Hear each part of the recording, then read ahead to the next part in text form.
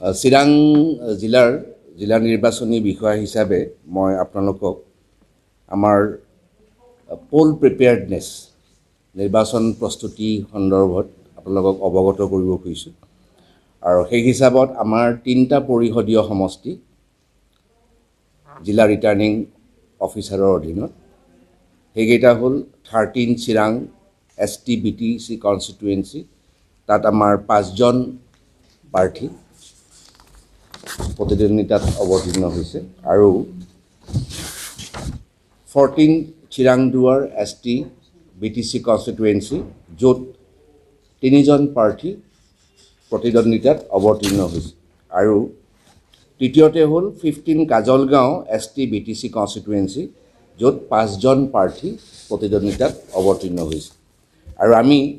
আজি 8 তাৰিখ আজি আপোনালোকে জানে যে কেম্পেইন পিৰিয়ড 4:30 বজাত সমাপ্ত হ'ব পলিটিকেল পাৰ্টিৰ যি কেম্পেইন মিটিংছ পলিটিকেল মিটিংছ তেওঁলোকৰ সেই মিটিঙৰ শেষ সময়সীমা হ'ল 4:30 বজাত আজি আৰু 9 তাৰিখ অহাকাইলৈ আমাৰ কাজলগাঁও ডিষ্ট্ৰিক্ট পেৰেড গ্ৰাউণ্ডত ইছ্যু এণ্ড ৰিচিট চেণ্টাৰ আছে য'ৰ পৰা পলিং পাৰ্চনেলবিলাকে তেওঁলোকৰ যিখিনি মেটেৰিয়েলছ ইলেকশ্যনৰ কাৰণে দৰকাৰ হ'ব on the day of poll সেইখিনি তেওঁলোকে কাউণ্টাৰৰ পৰা কালেক্ট কৰি পেলাই তেওঁলোকে প্ৰস্থান কৰিব নিজৰ পলিং ষ্টেচন অভিমুখে আৰু অহাকালি সন্ধিয়ালৈকে আমি আশা কৰোঁ যে প্ৰত্যেকটো polling party for each polling station তেওঁলোকে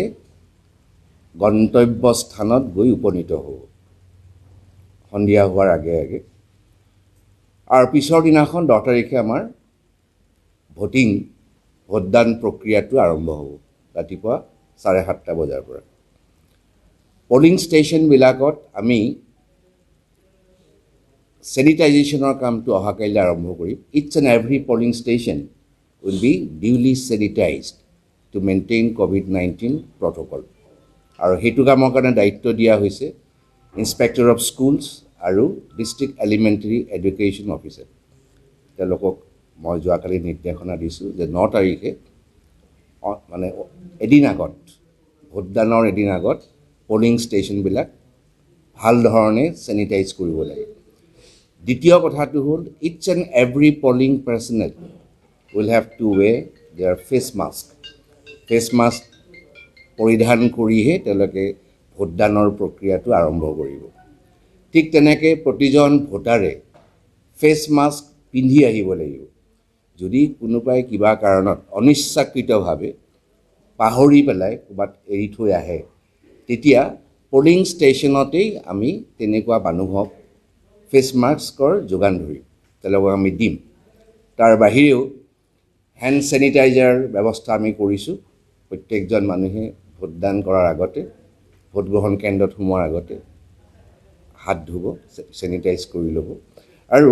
ছ'চিয়েল ডিষ্টেঞ্চিং যিটো নৰ্মছ তেওঁলোকে কিউ কৰিব ডেফিনেটলি কিন্তু তেওঁলোকে এটা ডিষ্টেঞ্চ মেইনটেইন কৰিব এজনৰ পৰা আনজন ভোটাৰৰ মাজত এটা গেপ থাকিব 6 ফুটৰ যিটো সম্ভৱ বা 2 মিটাৰ এনেকুৱা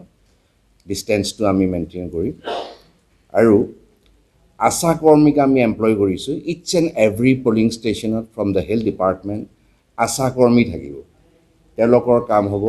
ইনফ্ৰাৰেড থাৰ্মোমিটাৰেৰে ভোটদান কৰিব অহা মানুহৰ ভোটাৰৰ টেম্পাৰেচাৰ নিৰূপণ কৰা যদি কিবা কাৰণত এজন মানুহ ভোটাৰৰ যদি টেম্পাৰেচাৰ হাই তেতিয়া আমি এজ পাৰ COVID-19 ৰেগুলেশ্যন তেওঁক আমি একাষৰীয়া কৰি ওচৰৰ কোনোবা এটা জেগাত ক্ৰেছ য'ত আমি তেওঁক বহাৰ ব্যৱস্থা কৰিব পাৰোঁ তেনেকৈ অঁতৰাই থৈ তেওঁক শেষ মুহূৰ্তত আমি ভোটদানৰ অধিকাৰটো সাব্যস্ত কৰিবৰ কাৰণে অনুৰোধ কৰিম পিছৰ ফালে আৰু আমি অহাকালি যেতিয়া পলিং পাৰ্টি পেৰেড গ্ৰাউণ্ডৰ পৰা যেতিয়া পলিং ষ্টেচন অভিমুখে অগ্ৰসৰ হ'ব সেই মুহূৰ্তটো যোৱাৰ আগ মুহূৰ্তটো তেওঁলোকৰ ৰেপিড এণ্টিজেন টেষ্ট আমি কৰিম এটা কমন গ্ৰাউণ্ড ডিষ্ট্ৰিক্ট পেৰেড গ্ৰাউণ্ডত তাত তেওঁলোক প্ৰস্থান কৰাৰ আগতে ৰেপিড এণ্টিজেন টেষ্টটো আমি কৰিম আৰু যদি কিবা কাৰণত কোনোবা মানুহৰ পজিটিভ আমি দেখোঁ COVID-19 পজিটিভ তেনেকুৱা মানুহক পলিং পাৰ্চনেলক আমি ৰিপ্লেচ কৰাৰ কাৰণেও আমাৰ ৰিজাৰ্ভ পলিং পাৰ্চনেল আমাৰ আছে ডাটাবেজত তাৰ পৰা আমি অন দ্য স্পট এপইণ্টমেণ্ট দি দিম যিজন মানুহক আমি ৰিপ্লেচ কৰিব খোজোঁ তেওঁৰ জেগাত আৰু আপোনালোকক এইখিনি হ'ল পলিং আমি পাৰ্টি পলিং ষ্টেচনলৈকে যোৱাৰ বা তাত যিখিনি ভোটদানৰ প্ৰক্ৰিয়া সেই সন্দৰ্ভত ক'লোঁ আৰু প্ৰত্যেকটো পলিং ষ্টেচনত এইটো পুলিচ প্ৰশাসনে ব্যৱস্থা কৰিছে DGPয়ে ব্যৱস্থা কৰিছে প্ৰত্যেকটো পোল ষ্টেচন বিল্ডিং মই বিল্ডিং বুলি কৈছোঁ এটা বিল্ডিঙত তিনিটাও পলিং ষ্টেচন থাকিব পাৰে তো পলিং ষ্টেচন বিল্ডিঙত এইবাৰ আৰ্ম পুলিচ থাকিব half section arm police in addition to date আমাৰ যিটো নৰ্মেল পলিং ষ্টেচনত এজন পুলিচৰ হোমগাৰ্ড থাকে এজন কনষ্টেবল থাকে তেওঁলোকতো থাকিবই এইটো নৰ্মেল তেওঁলোক আনআৰ্ম তেওঁলোকৰ হাতত আৰ্মছ নাথাকে কিন্তু as a whole polling station building এটাত হাফ সেকশ্যন আৰ্ম পুলিচ থাকিব each and every polling station আৰু চিৰাং জিলাৰ ৰিটাৰ্ণিং অফিচাৰৰ অধীনত 228 পলিং ষ্টেচনছ প্ৰত্যেকটো পলিং ষ্টেচনতে এনেকৈ armed and unarmed police personnel থাকিব যাতে কোনো ধৰণৰ অশুভ অপ্ৰীতিকৰ ঘটনা ভোটদান প্ৰক্ৰিয়াৰ মাজত নঘটে সেইটো আমি নিশ্চিত কৰাৰ কাৰণে এনেকুৱা ব্যৱস্থা লৈছোঁ তাত বাহিৰে আমাৰ যদিও বা প্ৰত্যেকটো পলিং ষ্টেচনকে আমি ভেৰি চেঞ্চিটিভলি আখ্যা দিছোঁ এইটো DGP মহাশয়েও এখন ৰিভিউ মিটিঙত কৈছিল যে আমি we are not to take any chance প্ৰত্যেকটো পলিং ষ্টেচনৰ ক্ষেত্ৰতে আমি অধিক সতৰ্ক হ'ব লাগিব তথাপিতো আমাৰ SP চিৰাঙৰ এটা ৰিপৰ্ট আমি পাইছিলোঁ তাত 13 চিৰাং BTC কনষ্টিটুৱেঞ্চিত 16টা ভেৰি চেঞ্চিটিভ পলিং ষ্টেচন তেখেতে নিৰ্ধাৰণ কৰিছে তেনেকৈ 14 চিৰাং দুৱাৰত 6টা ভেৰি চেঞ্চিটিভ পলিং ষ্টেচন আৰু 15 কাজলগাঁও সমষ্টিত 25টা ভেৰি চেঞ্চিটিভ পলিং ষ্টেচন হিচাপে তেখেতে চিহ্নিত কৰিছে from the district police Chirang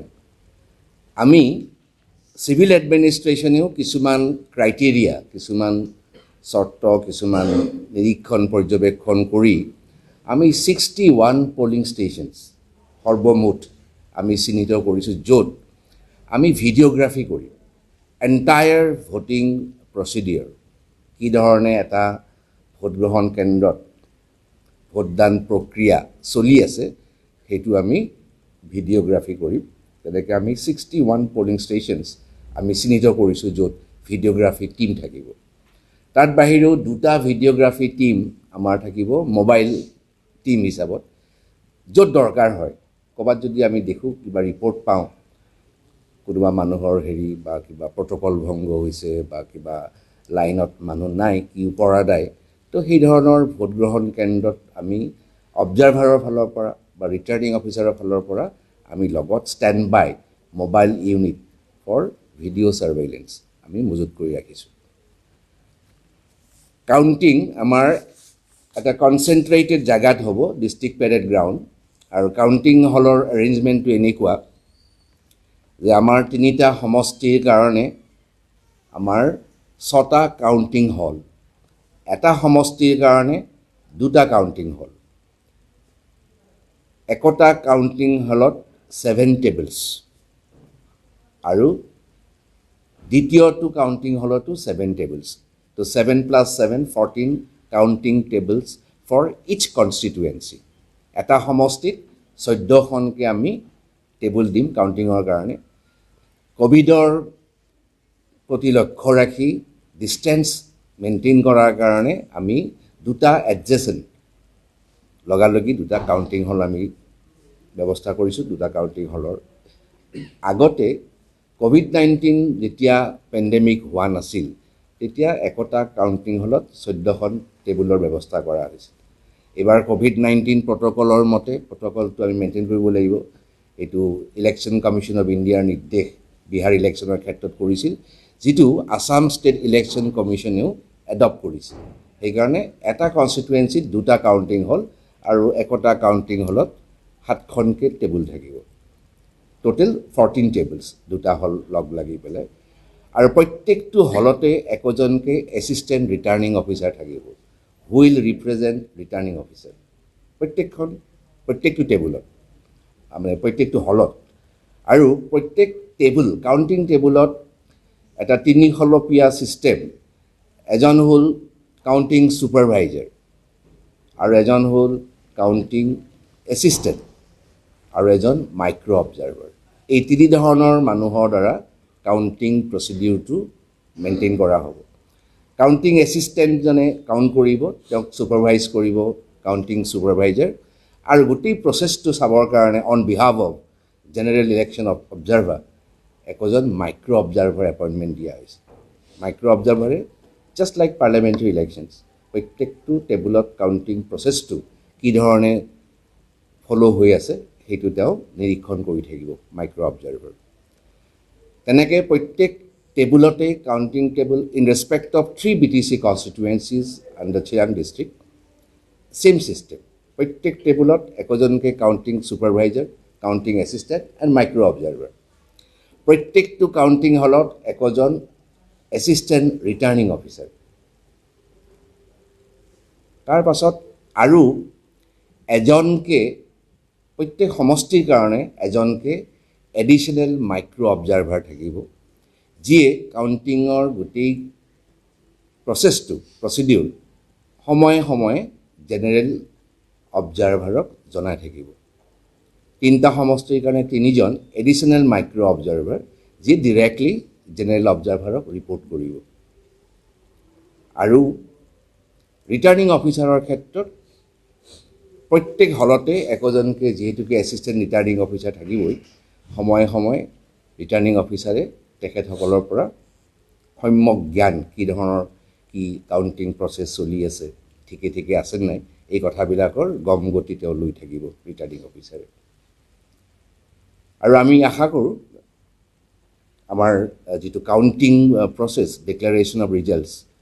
আমি 12 তাৰিখে সন্ধিয়া হোৱাৰ আগতেই শেষ কৰিব পাৰিম বুলি আমাৰ বিশ্বাস যে বেছি সময় নালাগিব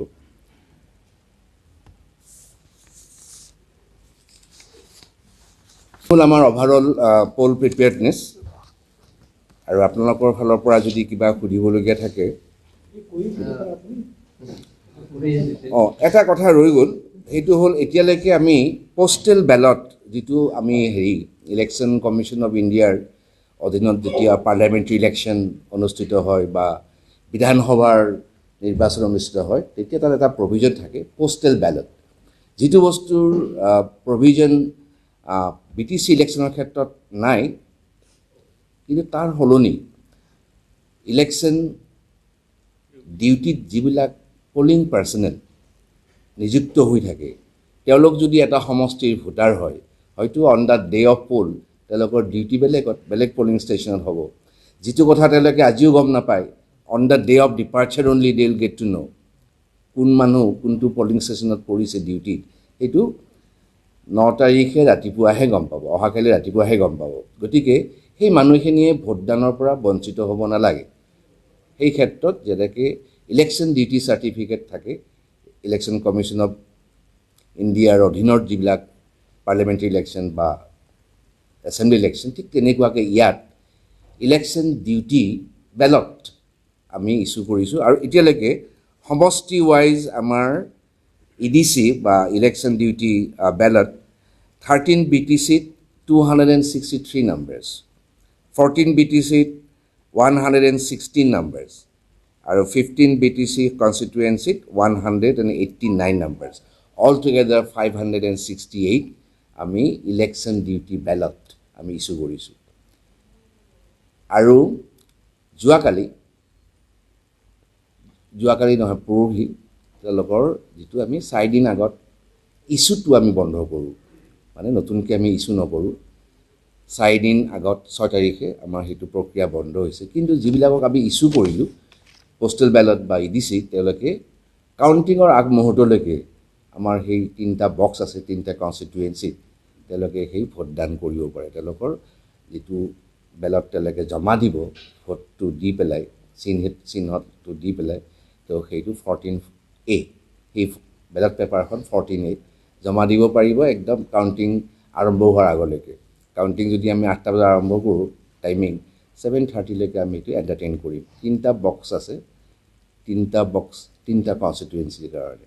জমা দিয়াটো এতিয়াও সময় আছে ইছ্যু কৰাটো বন্ধ হৈছে 4 দিন আগত আমি এইটো বন্ধ কৰোঁ from the day of poll to 6 তাৰিখে আমাৰ এইটো 4:30টাত বন্ধ হৈছে তো পোষ্টেল বেলট বা ইডিচি সেইটো এই ক্ষেত্ৰত ডিটাৰমাইনিং ফেক্টৰ হ'ব পাৰে ইলেকশ্যনত একজন কেণ্ডিডেটৰ জিকা হৰাৰ ক্ষেত্ৰত নিৰ্ণায়ক ভূমিকা পালন কৰিব পাৰে সেইকাৰণে আমি এইটো পোষ্টেলৰ ক্ষেত্ৰত আমি অতি সাৱধানতা আমি অৱলম্বন কৰিছোঁ একদম আমি ছিকিউৰিটি এৰেঞ্জমেণ্ট এজন মানুহ পুলিচৰ ফালৰ পৰা অনবৰত এই পোষ্টেল বেলট য'ত জমা দিব বক্স কেইটা ৰখি থাকে একদম চিল নকৰাৰ ভিতৰ ৰুমত ননালৈকে সন্ধিয়া তো এইখিনি আমাৰ অভাৰঅল এৰেঞ্জমেণ্ট